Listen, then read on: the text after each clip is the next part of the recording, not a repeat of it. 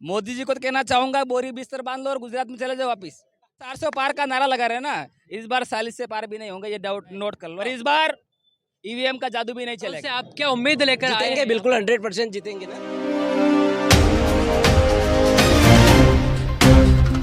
नमस्कार, मैं Ajay Kumar Meena, BP news channel में आपका स्वागत है। आज मैं इस वक्त हूँ चित्तौड़गढ़ के कलेक्ट्री में। आज यहाँ पर भारत आदिवासी पार्टी की नामांकन रैली है। इस रैली में बहुत सारे युवा लोग आए हैं और बहुत सारे बुजुर्ग लोग भी। आज से तैयारी चल रही है, वो जानने की कोशिश करेंगे। यहाँ पे हमें मिले हैं बहुत सारे लोग। कहाँ से आए हैं आप? हम आए इंग्लैंड से। इंग्लैंड से? प्रतापगढ़ से? जी, प्रतापगढ़ से आप कितने लोग आए हैं? प्रतापगढ़ से हम लगभग 300 लोग आए। 300 लोग आए हैं। क्या क्या लेके आए हैं? तूफान गाड़ियां हैं और क्लोजर है, बोलेरा गाड़ी है। अच्छा, क्या उम्मीद लेके आए हैं आप यहाँ पर? हम यहाँ पे मतलब मांगू दादा का जो नामांकन है वो भरने के लिए आए हैं। अच्छा। और पूरे दमखम के साथ हम इस चुनावी मैदान में दादा को जिताने की कोशिश करेंगे। एक बार मांगू दादा विधानसभा चुनाव लड़ चुके हैं। विधानसभा चुनाव में उनकी हार हुई है, तो इस बार लोकसभा चुनाव के लिए जो कि उनको ही चुना गया। देखो मतलब वैसे तो मतलब ये लोकसभा मतलब संसदीय क्षेत्र तो बहुत बड़ा है, क्योंकि यहाँ पे हमारे हैं बहुत सारे कार्यकर्ता भी हैं। मतलब उनसे मतलब बात करेंगे और पूरे मतलब इस चुनाव को जिताने की पूरी कोशिश करेंगे। अच्छा सर, नमस्कार। नमस्कार जौहर। कहाँ से आए हैं आप? सर हम घाटोल से। अच्छा, घाटोल से आप क्या उम्मीद लेकर आए हैं यहाँ पर? हम घाटोल से यही उम्मीद लेके आए हैं, मांगू दादा का ये जो आज नामांकन हो रहा है, इसमें बहुत ही हजारों की संख्या में जो आए हुए हैं वोट, सारे वोटर हमारे, इनकी उम्मीद लेके आए। हम ये उम्मीद है, हमें मांगू दादा चुनाव जीतने चाहिए, ये उम्मीद है हमारी। अच्छा, मांगू दादा इस बार लोकसभा चुनाव में जीत सकते हैं? जीतेंगे बिल्कुल 100% जीतेंगे ना। भारत आदिवासी पार्टी जो है, ये यहाँ के काफ़ी सारे लोगों के कमेंट्स हैं कि भारत आदिवासी पार्टी जो है ये ओनली फॉर आदिवासियों के हक अधिकार की बात करती है। नहीं नहीं, ऐसा कुछ नहीं है। ये जो भारत आदिवासी पार्टी है वो सर्व समाज को साथ देगी ना। जो भी हमारे साथ रहेगा उनका सबका साथ देंगे हम। हमारा कोई जाति विशेष का नहीं है। ये भारत जो आदिवासी पार्टी है वो सर्व समाज के साथ रहेगी। नमस्कार सर। नमस्कार आप कहाँ से आए? हम प्रतापगढ़ से आए। कितने लोग आए हैं प्रतापगढ़ से? प्रतापगढ़ से लगभग हजारों की संख्या में आए हैं। अच्छा, आप क्या नाम है आपका? मेरा नाम सानो हड़ा है।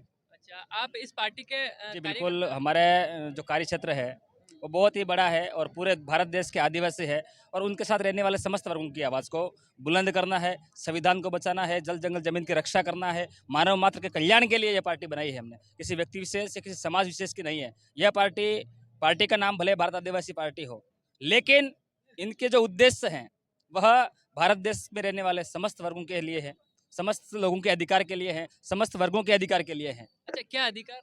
ये जो अधिकार जैसे संविधान में लिखा हुआ है, संविधान में लिखा हुआ जो अधिकार आज तक धरातल पर लागू नहीं हुआ है। 5वीं अनुसूची के ले लो आप, 5वीं अनुसूची संविधान में लिखी हुई है, लेकिन 5वीं अनुसूची धरातल पर कहीं से कहीं तक नहीं है। तो उसको लेकर के हमारा जो प्रत्याशी है वो लोकसभा के अंदर जाएगा, ताकि संविधान में जो लिखे हुए हमारे हक अधिकार हैं उनको पुरजोर तरीके से उठाएंगे और उसको जमीनी स्तर पर लागू करवाने की कोशिश करेंगे। दूसरी चीज़, जल जंगल जमीन की। आज जैसे हसदेव अभयारण्य को ले लो, छत्तीसगढ़ ले लो, जहाँ कहीं देखो आज आदिवासियों के जंगल को लूटा जा रहा है, ज़मीनों को लूटा जा रहा है। आदिवासियों के पास जो ज़मीन है वहाँ पर खनिज है, आदिवासियों को वहाँ से विस्थापित किया जा रहा है, तो उनकी आवाज़ कौन उठाएगा? ना तो कांग्रेस वाले उठा रहे हैं, ना बीजेपी वाले उठा रहे हैं। इसलिए हमने ये जो भारत आदिवासी पार्टी बनाई है, इसका मूल उद्देश्य है जल जंगल जमीन की रक्षा करना, संविधान की रक्षा करना, मानव मात्र का कल्याण करना। इस उद्देश्य से हमने ये पार्टी बनाई है। अच्छा, अभी बीजेपी का एक नारा चल रहा है 400 पार का, उसके रिगार्डिंग आप क्या कहना चाहोगे? देखिए, ये चुनावी जुमला है। उन्होंने पिछले चुनाव में कहा था कि 15 लाख खाते में आएंगे, आए क्या? नहीं आए। आप भी मीडिया वाले, आपको पता होना चाहिए 15 लाख खाते में आए? नहीं आए। 1 करोड़ रोजगार आपको मिलेगा, मिला क्या? नहीं मिला। इस 10 साल में ना तो IIT खुली, ना ही अभी तक केंद्रीय विद्यालय नहीं खुला है और ना ही यूनिवर्सिटी खोली है। खुले ही तो मात्र मंदिर खुले हैं, और मंदिर से इस क्षेत्र में रहने वाले किसी वर्ग का कल्याण नहीं होता। हमारा उद्देश्य है शिक्षा, स्वास्थ्य और रोजगार। इन लोगों ने 10 साल के अंदर न तो शिक्षा पे काम किया, न स्वास्थ्य पे काम किया, न रोजगार पे काम किया। इन लोगों ने बनाया तो क्या बनाया? राम मंदिर बनाया, तो क्या बनाया? संसद का नया भवन। क्या बनाया? बीजेपी का कार्यालय। न कि इन्होंने मंदिर जो बना है, मंदिर जो बना है भगवान राम का, वहां पर निवास हुआ है, मान लेते हैं, नो डाउट। जिस भगवान राम को सबरी ने झूठे बेर खिलाकर, है ना, उनको एक तरह से बीमार थे, सही किया। जो बोर होते हैं ना, बेर बेर जो होते हैं वो प्रकृति के नियम अनुसार चलते हैं और वो एक दवाई के रूप में काम करते हैं, तो उन्होंने उनको दवाई के रूप में दिया। आज किसी भी आदिवासी को वहां पर नहीं बुलाया, आदिवासी राष्ट्रपति होने के बावजूद भी उनको वहां पर नहीं बुलाया। क्यों भाई? सबरी तो आपकी थी, क्या राष्ट्रपति आपकी नहीं थी क्या? तो आप इसके बारे में मोदी जी को क्या कहना चाहेंगे? मोदी जी को तो कहना चाहूंगा, बोरी बिस्तर बांध लो और गुजरात में चले जाओ वापिस। वापस मोदी जी को भेजना चाहते हैं आप गुजरात? वो जो 400 पार का नारा लगा रहे हैं ना, इस बार 40 से पार भी नहीं होंगे, ये डाउट नोट कर लो आप। अच्छा, एक और ईवीएम जो मशीन है उसके बारे में बहुत सारे धरने वगैरह भी हो रहे हैं, ईवीएम फ्रॉड है, इसके बारे में आप क्या कहना चाहोगे? बिल्कुल 100% मैं कहना चाहूंगा कि ईवीएम चोर है और ईवीएम के दम पर ही वो लोग फ्रॉड गिरी करके हमेशा सत्ता में आए हैं। पर इस बार ईवीएम का जादू भी नहीं चलेगा, ईवीएम का जादू भी नहीं चलेगा? नहीं चलेगा इस बार। 20 साल तक मतलब वोटिंग की व्यवस्था बंद करवा देंगे, उसके बारे में देखो, क्या कहना ये लोकतंत्र है और लोकतंत्र में सबका अधिकार बनता है ना।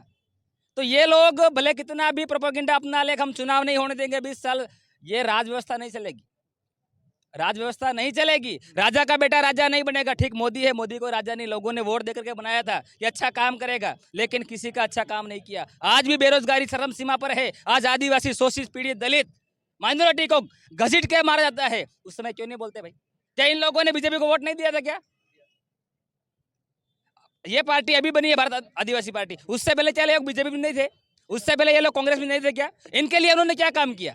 हमारा उद्देश्य यह है कि जिन लोगों का अधिकार दबाया जा रहा है, आरक्षण खा रहे हैं, संविधान को खत्म करने की बात कर रहे हैं, उन पार्टियों को हम खत्म कर देंगे, ये हमारा उद्देश्य है।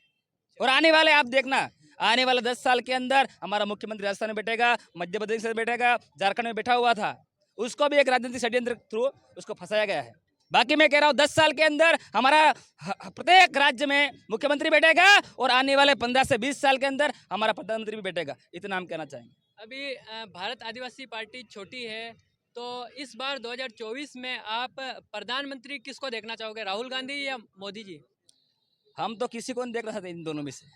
हम तो चाहते हैं कि जो हमारी आवाज को, आदिवासियों की आवाज ही नहीं कह रहा हूँ, हम ये कह रहे हैं कि हर शोषित, पीड़ित, प्रताड़ित जो लोग हैं उनकी आवाज को पुरजोर तरीके से, या बेरोजगारी पे काम करेगा, IIT पे काम करेगा, यूनिवर्सिटी पे काम करेगा, शिक्षा पे काम करेगा, हम उसको देखना चाहेंगे।